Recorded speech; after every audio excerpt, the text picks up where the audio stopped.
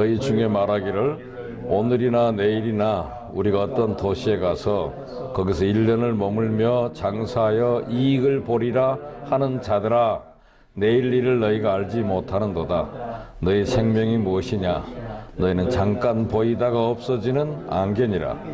너희가 도리어 말하기를 주의 뜻이면 우리가 살기도 하고 이것이나 저것을 하리라 할 것이거늘 이제도 너희가 허탄한 자랑을 자랑하니 그러한 자랑은 다 악한 것이라. 그러므로 사람이 선을 행할 줄 알고도 행하지 아니하면 죄니라. 아멘. 오늘 우리 신약의 잠언이라고 알려져 있는 그 야고보서의 한 귀절, 특별히 이 말씀은 유명한 말씀이고 우리에게 많은 경고를 주는 아주 감동적이면서도 또 우리에게 경각심을 갖게 해주는 귀한 말씀을 같이 나누려고 합니다. 신앙인에게 항상 범사에 감사하라 그랬습니다. 근데 오늘 본문으로 들어가 보면 오늘 본문은 성경이 기록된 시대상을 물씬하게 풍깁니다. 13절 읽어보니까 당시 유대인의 모습을, 그들의 생활상을 쉽게 연상시킬 수 있어요. 여러분, 야고보서를 처음 읽던 사람들에게 익숙한 그들의 생활 속의 얘기가 있습니다. 처음 독자들은 본문 속에서 그들 자신의 모습을 금방 발견했을 거예요.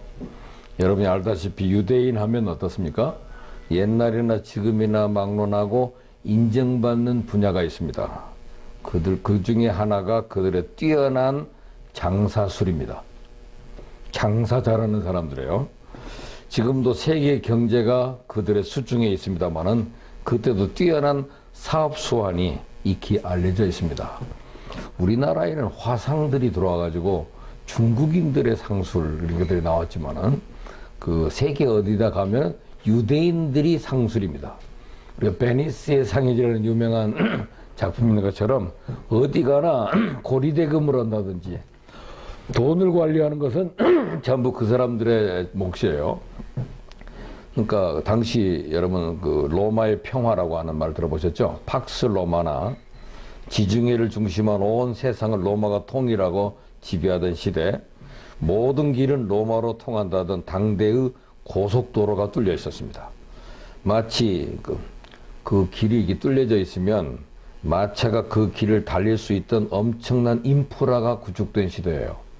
여러분, 도로가 있다는 것은 요즘 여러분들 지방을 다니면 우리나라도 도로가 굉장히 발달되어 있다는 거 볼 겁니다.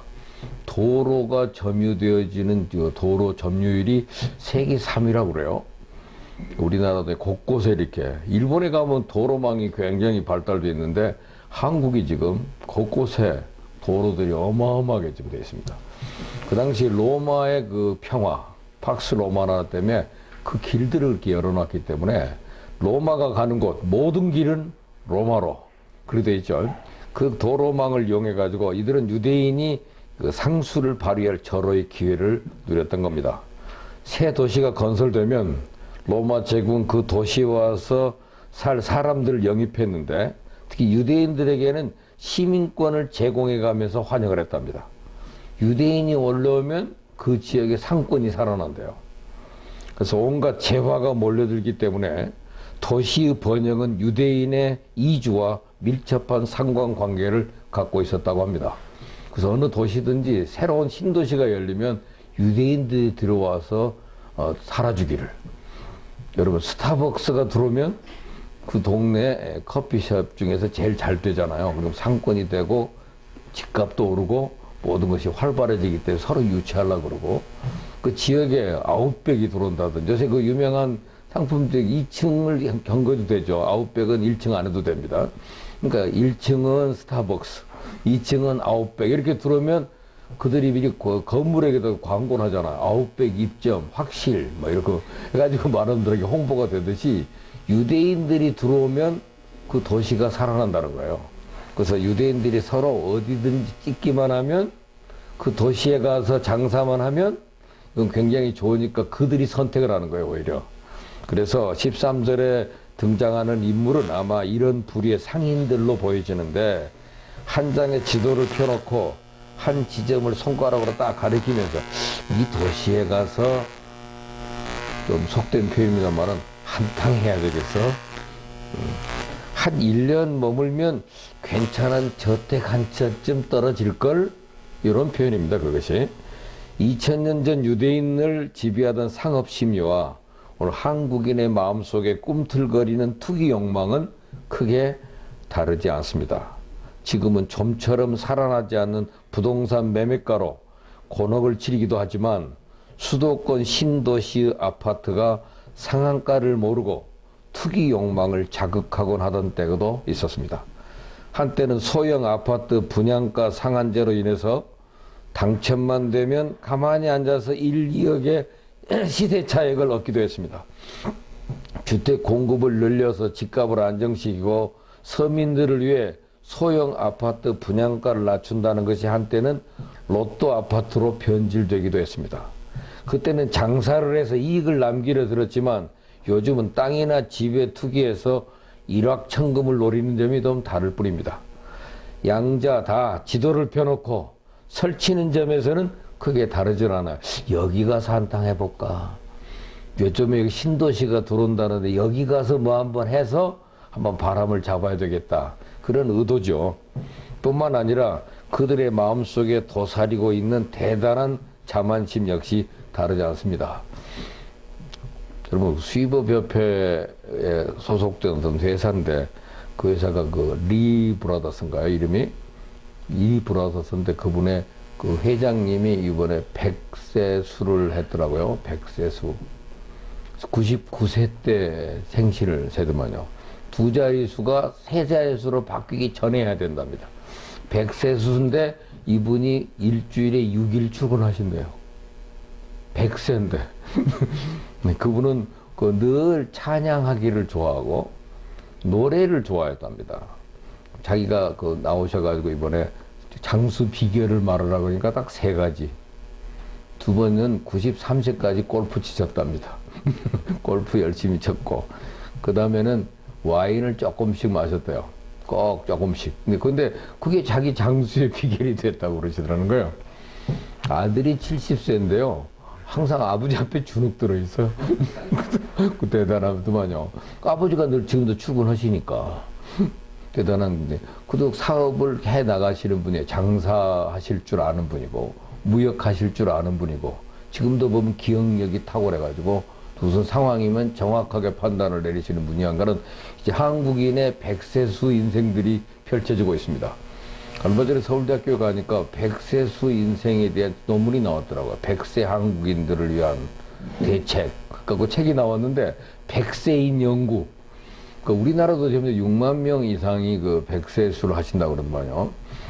근데 이렇게 어디 가서 장사를 해서 이익을 많이 보고 산다 하는 비전과 함께 오래 사는 것이 요새는 굉장한 큰 비결이 됩니다. 근데 성경에 보면 오래 산 사람의 소원이 이루어졌던 데는 창세기 5장에 나와 있어요. 그때는 1000년 가까이 사셨더만요.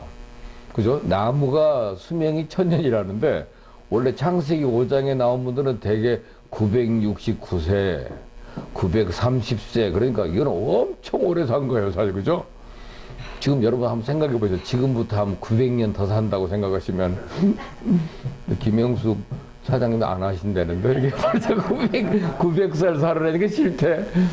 요새는 그다음 120세까지만 살면은 잘 사는 거죠. 그렇지만 요새 100세 되니까 온 가족들 뭐 다 모이셔가지고 축하를 하는데, 제가 지난주에도 말씀드렸습니다만은 방지일 목사님 104세, 영등포 교회라는 교회는 그 언더우드 선교사가 개척했더라고요.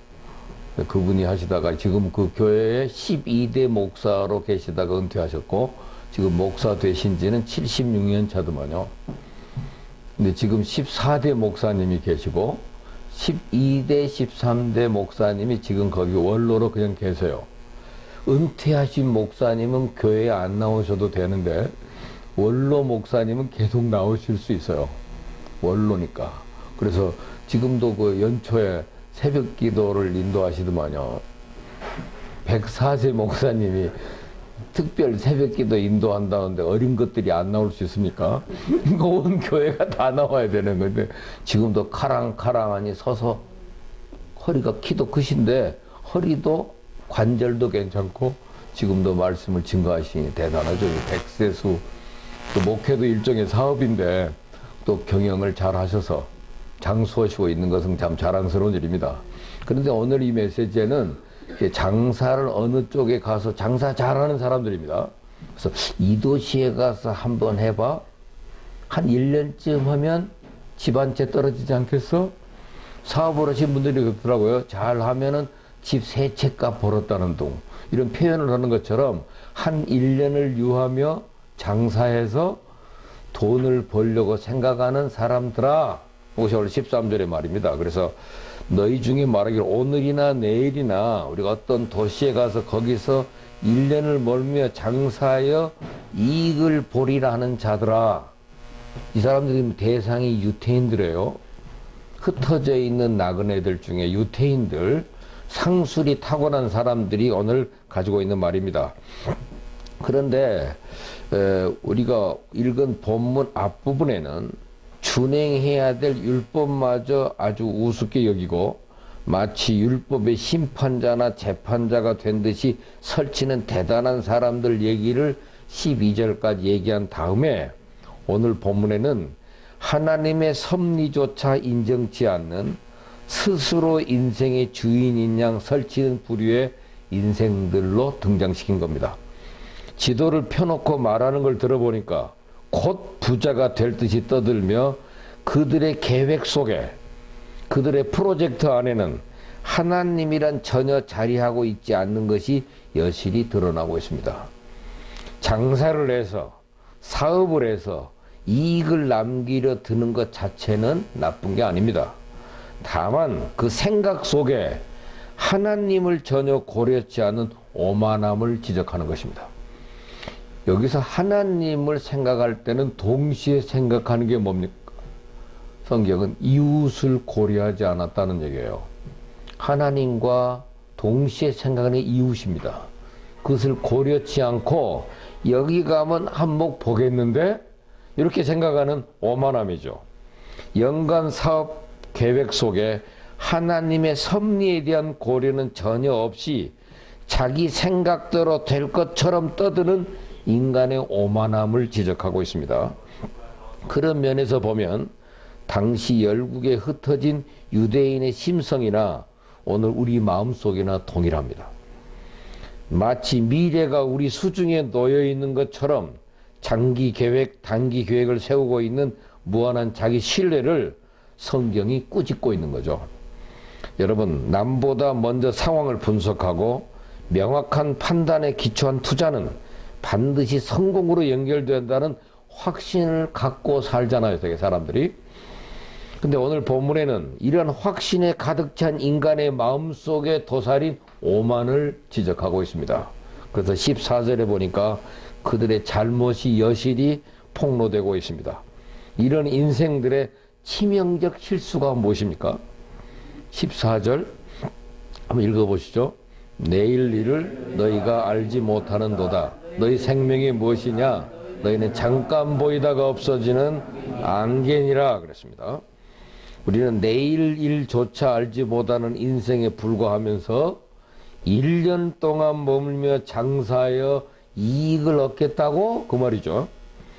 그들의 치명적 실수는 자신들이 다만 인생에 불과한 사실을 망각하고 있습니다. 단 5분 후에 일어날 사건조차 정확히 예측하지 못하는 한낱 인생인 것을 깡그리 망각하는 어리석음에 있습니다. 모든 사람들에게 가장 확실하고 공통적인 사실은 사람들의 미래란 불확실하며 예측할 수 없다는 겁니다. 사업 계획을 수립하지 말라는 건 아니지만 중장기 계획을 세우지 말라는 말도 아닙니다. 다만 기억해야 될 일은 미래는 여러분의 손 안에 있지 않다. 그리고 불확실하며 예측할 수가 없다. 내일 일을 너희가 알지 못하는도다. 13절에 등장하는 인물의 호언장담 속에는 또 하나의 엄청난 진리가 망각되고 있습니다. 내일을 예측할 수 없다는 사실뿐만 아니라 인생의 연약함과 유한함을 잊고 산다는 것입니다. 아까 제가 말씀드렸던 백세수 하신 분이 남산교회 장로님이시더라고요. 그 교회 그 원로 장로가 님 지난주 100살이신데 뭐 그런데도 신앙인이라고 하는 거, 그건 하나님 안에 있다는 거, 자기 인생이 유한하다는 것을 아는 사람이란 뜻입니다. 그런 분들이 땅에서 장수하고, 그리고 진짜 장수의 비결은 뭡니까? 시 아버지를 시자 대신에 복자 붙이고 섬기면 됩니다. 복아버지 오셨네. 복어머니로 하는, 부모 공경하는 사람이 장수하더라고요. 항상 시어머니가 4kg 금방만 와도 벌써부터 온몸이 떨리는 분도 있더라고요. 시자, 시어머니만 오면 시계도 안 찬다면서요, 저는요? 그렇게 시에 대해서 알레르기를 갖는 사람이 되게 망합니다. 되게 시자 붙은 것은 복자다 생각하고, 복어머니 오셨네? 복아버지 오셨네? 그래야 형통해요. 근데 오늘 그 인생이 하나님 안에 살고 부모 공경을 잘하는 사람은 복이 있죠. 항상 무슨 계획을 세워도 그분들을 고려하고 계획을 세우는 거, 이게 복이 있는 것처럼 오늘 이 성경에서 이분들은 그것을 다 배제한 채 오직 장사해서 이익만 보려고 한다는 것 자체는 오만이라는 것이죠. 그 오만, 어떤 계획을 세웠는데 전혀 나는 거기 포함이 안 됐을 때 부모님 입장이 얼마나 서운합니까? 전혀 고려되지 않은 것처럼 오늘 이 지적사항에는 바로 그걸 지적하고 있어요. 자기 인생이 얼마나 유한한 존재입니까? 너희 생명이 무엇이냐? 너희는 잠깐 보이다가 없어지는 안개다 그랬습니다. 여러분 아침에 산책을 나가 보십시오. 여러분의 앞길에 안개가 시야를 가릴 때마다 그것이 우리 자신의 모습임을 명심해야 됩니다. 곧 아침 해가 떠오르면 사라질 겁니다. 동남풍이 불어도 서북풍이 몰아쳐도 홀로 푸를 것처럼 자기를 과신하지 말라. 메뚜기도 온유열이 한철입니다. 나이 40, 50이면 자기 인생의 정상에 도달하지 못하는 사람이 누가 있겠어요? 대개는 그때 인생의 절정을 이룹니다마는 석양이 비칠 때를 미리 기억하고 살아가란 얘기죠. 너희 생명이 무엇이냐? 너희는 안개니라. 잠깐 보이다가 없어질 뿐이니라. 이 야고보의 예민한 메시지. 그래서 김춘지 권사님이 잘 나오시진 않지만 저한테 카톡으로 보낸 메시지가 재밌더만요. 보니까 60세 이세부터 100살까지 인생 면허증이라고 해서 그 글을 보내는데, 60세는 좋은 일이 있어도 건강이 걱정되는 나이고, 62세는 30, 40대 여자가 무서워 보이는 나이고, 64세면 무리하면 쓰러지는 나이고, 또 65세는 긴 편지는 2번 읽어야 이해가 되는 나이고, 67세는 동갑내기 할아버지에게 동정심을 느끼는 나이고, 69세는 상 받을 때 고개를 숙이지 않아도 되는 나이, 70세 기중사에 참석하지 않아도 무례가 되지 않는 나이, 대통령 이름 함부로 불러도 되는 나이래요. 72세는 서서히 하늘과 가까워지는 나이, 73세 누가 옆에 있어도 방귀를 낄 수 있는 나이, 75세는 이름 석자 다음에 옹자를 붙이는 나이, 살아온 얘기로 돈 벌 수 있는 나이가 75세랍니다. 79세 무슨 일을 할 때마다 마지막 인가를 생각하는 나이래요. 유재천 회장님은 몇 살쯤 되신 거예요, 지금?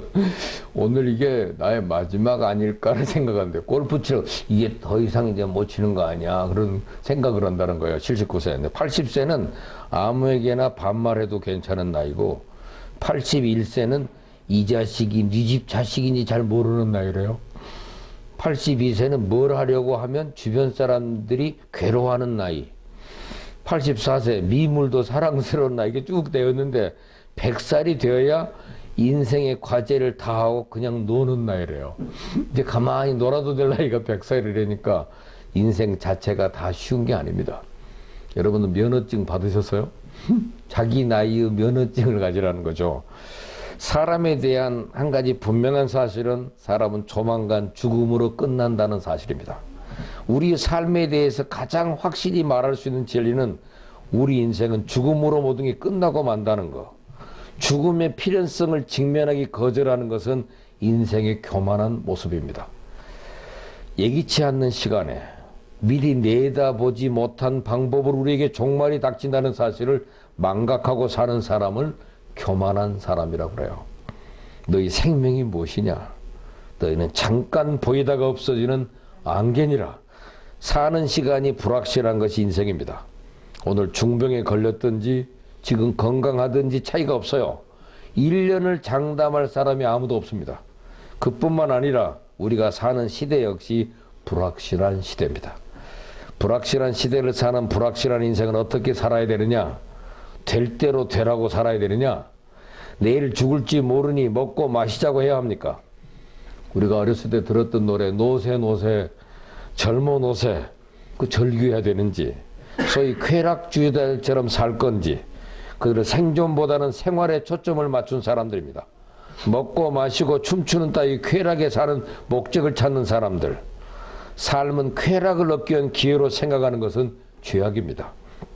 야고보는 왜 인생의 유한함과 미약함을 우리에게 상기시켜 줍니까? 생명은 우리 손 안에 있는 것이 아님을 깨닫게 해줍니다. 인생이 하나님의 손 안에 있음을 보여주기 위한 거죠. 전능자 하나님을 절대 신뢰하는 삶을 살도록 하기 위해서. 자, 15절의 권면을 한번 들어보셔요. 15절 읽어봅니다. 너희가 도리어 말하기를 주의 뜻이면 우리가 살기도 하고 이것이나 저것을 하리라 할 것이거늘. 그렇습니다. 우리가 사는 것은 하나님께 달려 있습니다. 또한 살면서 하는 일을 성취하는 것도 주님께 달려 있어요.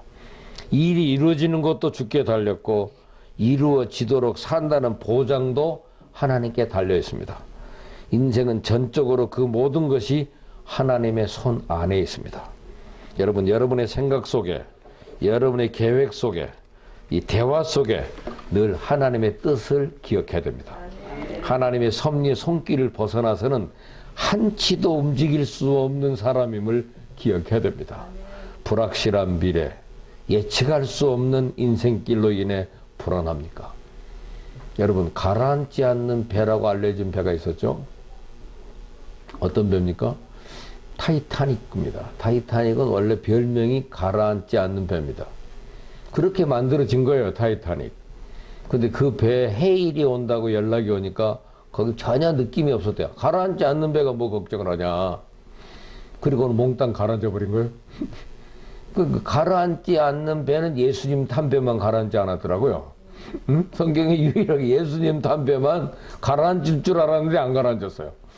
우리가 주 안에 살지 않으면 언제 무너질지 모르는, 그 때문에 항상 교만을 오늘 지적하고 주의 뜻이 뭔지를 기억하라. 그래서 하나님을 배제한 우리의 계획은 성산이 없다는 것. 또 우리는 불확실한 미래 예측할 수 없는 인생길에서 영광스러운 확신을 갖고 삽니다. 전능하신 하나님 아버지의 손에 위탁된 미래만큼 확실한 건 없으니까. 전능자의 손 안에 위탁된 계획만큼 분명한 건 없습니다. 여러분에게는 전능하신 아버지 손 안에 위탁할 일들은 없는가? 자신의 생명과 사랑하는 이들의 생명, 이처럼 혼란한 세대 속에 자라나는 어린이들의 미래, 여러분이 꿈꾸고 있는 내일의 찬란한 계획이 무엇입니까? 그때마다 우리는 이렇게 말해야 됩니다. 주님 뜻이면 우리가 살기도 합니다. 예, 주님 뜻이시면 이것이나 저것을 할 것입니다.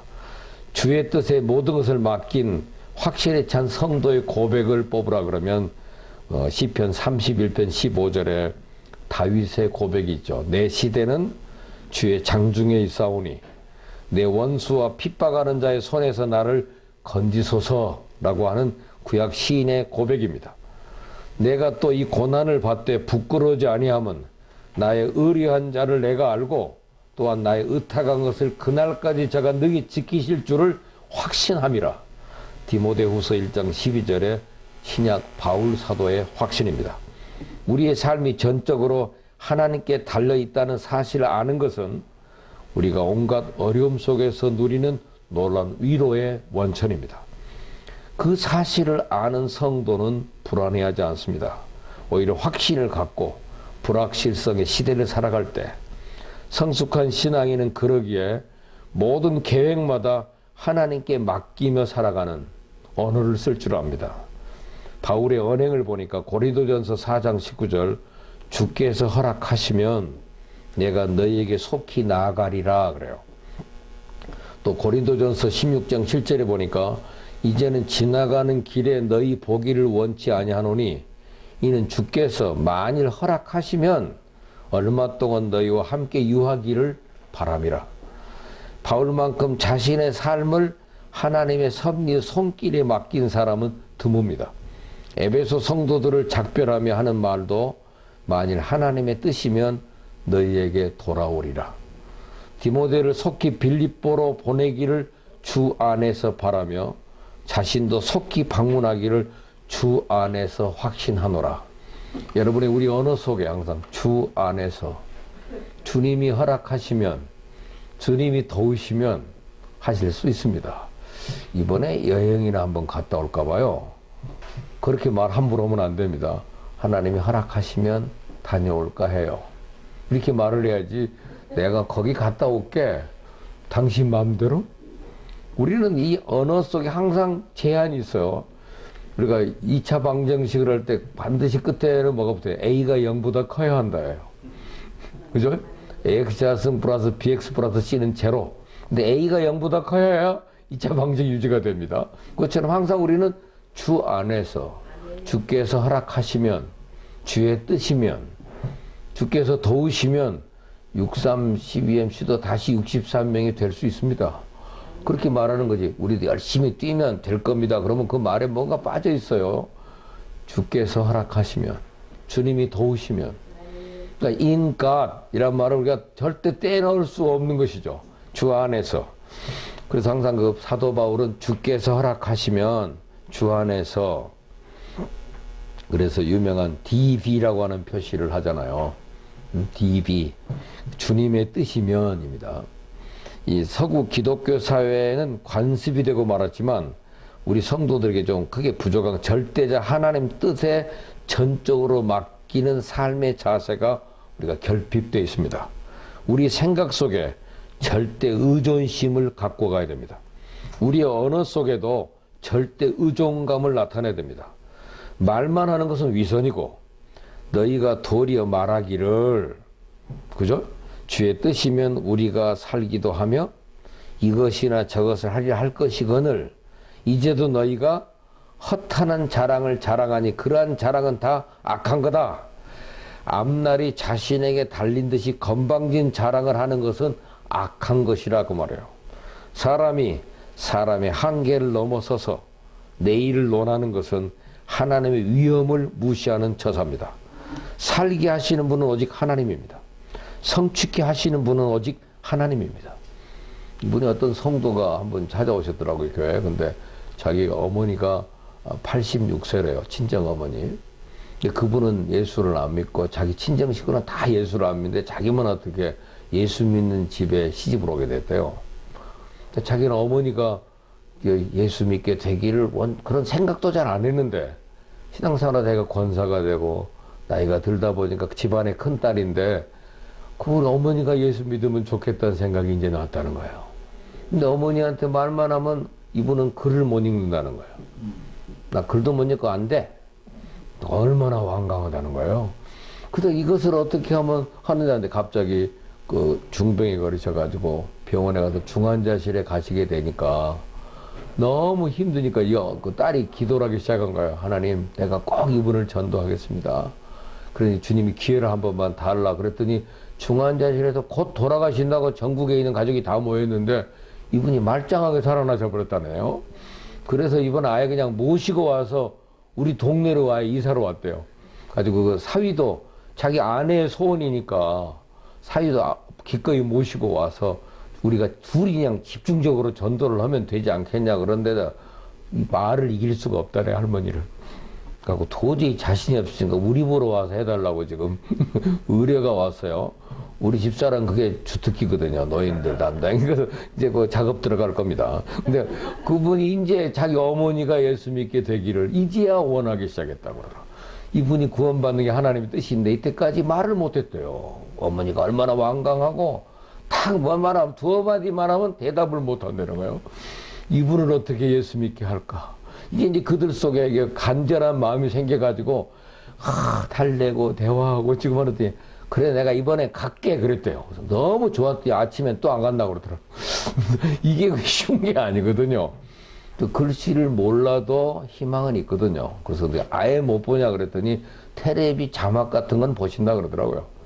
그러면 글을 떠듬떠듬 아는 거니까 가장 기본적인 거 주기도문만 읽을 수 있어도 되거든요. 근데 그래서 서서히 하는데 다만 노인에 대한 존경심이 있는가가 문제예요. 이분의 영혼의 가치, 공경하는 마음, 그것이 없으면 절대 딸 가르치듯이 가르치려고 하면 안 돼요. 노인한테 빨리 가, 교회 가야지, 뭐하고 있어, 이렇게 되는 게 아니거든요. 정말 내가 믿는 하나님을, 우리 딸이 믿는 하나님이라면 나도 믿겠다는 마음이 올 수 있도록, 그러잖아요. 그래서 주께서 허락하시면 어머니도 예수 믿게 될 것 같습니다, 이렇게 말하라고 제가 그 코멘트를 해서요. 주님이 허락하시는 거죠. 그렇지, 자기 그 아버지가 예수 끝까지 안 믿고 돌아가셔서 화장터에서 그냥 불떡이로 들어가는데 딸들이 막 미치는 거예요. 그렇게 완강한 저분들을 돌아가다 우리 어머니를 이제 그렇게 간다면 독이 자신이 없다는 거죠. 그래서 어떻게 할 것인가가 이제 궁극적인데, 오남매인데 본인만 지금 교회를 다니고 나머지는 아직도 안 믿는데요. 그래가지고 가족 회의를 했더니 전부 시설로 보내자는 주장만 한다는 거예요. 그래서 이번에는 예수 믿게 해드리는 것이 자기의 소원이 돼가지고 몸부림 치는 딸을 만났습니다. 대단해요. 그 자식 어머니를 위해서 막 금식 기도를 하고 애쓰고 있는데 이 접근이 잘 안 된다는 거예요. 그것도 주님이 허락하시면 주의 뜻인데, 부모가 예수 믿게 되는 것은 주님의 뜻이죠, 분명히. 그러니까 그 뜻 안에서 우리가 어떻게 보존할 것을 더 기도하고, 이게 마음이 상대방의 마음에 전달이 돼야 돼요. 내가 믿는 하나님은 나도 믿고, 그렇지 않으면 안 되잖아요. 박영호 장로님처럼 장로 된다면 내가 교회 나가야지, 그래서 끝까지 돌아와주고, 이건 얼마나 좋습니까? 이 양반들이 그 목숨을 걸고 이때까지 살아온 인생길에 아무리 해도 안 되는 것을 보면서 전도된다는 것, 그것은 큰 복입니다. 그래서 오늘 주의 뜻이면 여러분, 앞날은 우리 손에 달린 것처럼 건방져서는 안 됩니다. 그러나 우리에게 붙어야 될 하나의 중요한 그 멘트, 그 조건은 언제나 실제 우리 계획 속에 하나님을 얼마나 인정하는 거예요. 생명의 주인이 하나님이심을 알고 성공과 실패가 그의 손에 있음을 수긍하면서 실제 삶에서는 그렇게 살지 않는 것은 죄다. 이것이 바로 오늘 17절의 말씀입니다. 그러므로 사람이 선을 행할 줄 알고도 행치 아니하면 죄다 하는 말은 일반적인 모든 경우에도 적용될 수 있는 진리지만, 본문의 문맥에서는 하나님의 하나님 되심을 인정치 않고 스스로 잘난 듯이 건방진 말을 하고 사는 것은 죄다, 이 말이에요. 내가 오늘 이 사업을 이뤘다고, 내가 이만큼 이루었다고, 이만큼 내가 키웠다고.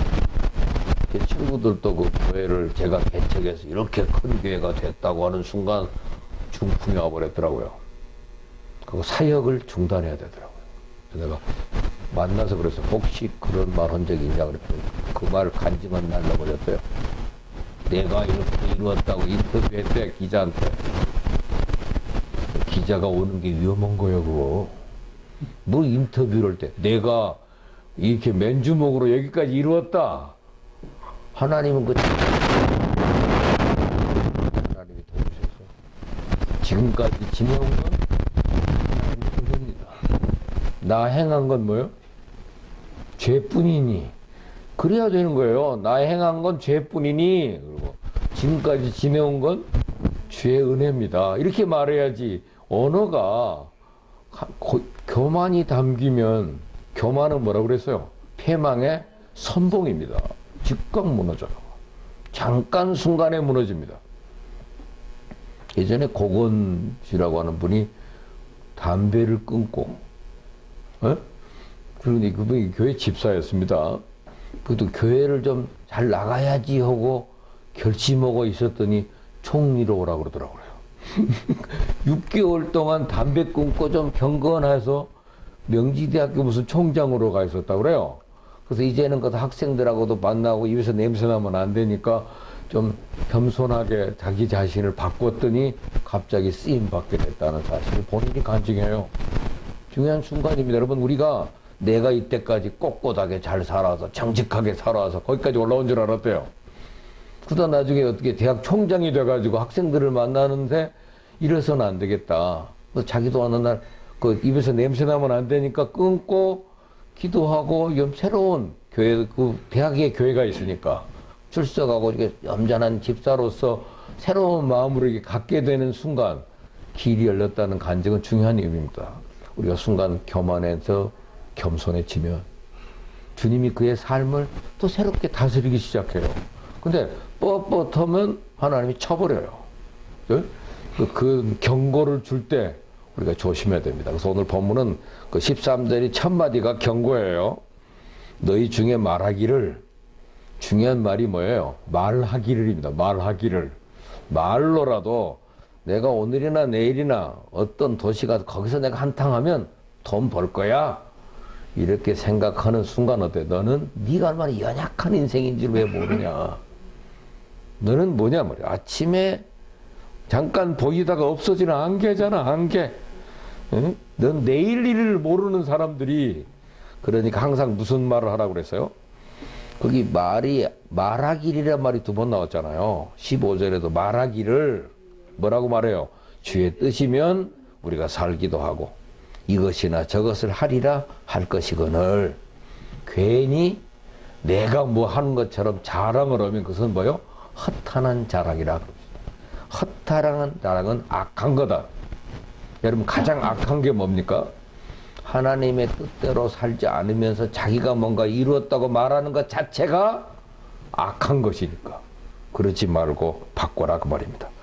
여러분, 무심코 내뱉는 여러분의 말 속에 하나님의 주권자 되심을 나타내고 있는가? 한번 내일을 위해 복된 계획을 수립하고 그것을 즐거워하며 바라도 좋습니다만 항상 단서가 붙어야 됩니다. 주의 뜻이면 주의 뜻 안에서 성사되기를 소원하시고. 여러분, 미가의 호소를 끝으로 오늘 말씀을 이렇게 하려고 합니다. 미가 6장 8절. 이 카터 대통령이 여기다가 손을 얹고 대통령 선서했죠. 사람아, 주께서 선한 것이 무엇임을 내게 보이셨나니 여호와께서 내게 구하는 것이 오직 정의를 구하며 인자를 사랑하며 겸손하게 네 하나님과 함께 행하는 것이 아니냐. 이 말씀에다 손을 얹고 대통령이 됐습니다. 미가 6장 8절. 때마다 일마다 그분의 뜻을 우선적으로 고려하는 그런 복된 삶을 우리 모두가 살기를 원합니다. 기도하겠습니다. 하나님 아버지, 10월의 마지막 주간입니다. 오늘 향하여 주시는 말씀, 허탄한 자랑을 하지 말라. 오직 주의 뜻이면, 주님이 도우시면, 주님이 허락하시면 주님의 인도하심을 따라 살며 그래서 하나님의 복을 누리며 살 수 있는 저들이 되게 하여 주옵소서. 예수님 이름으로 기도합니다. 아멘.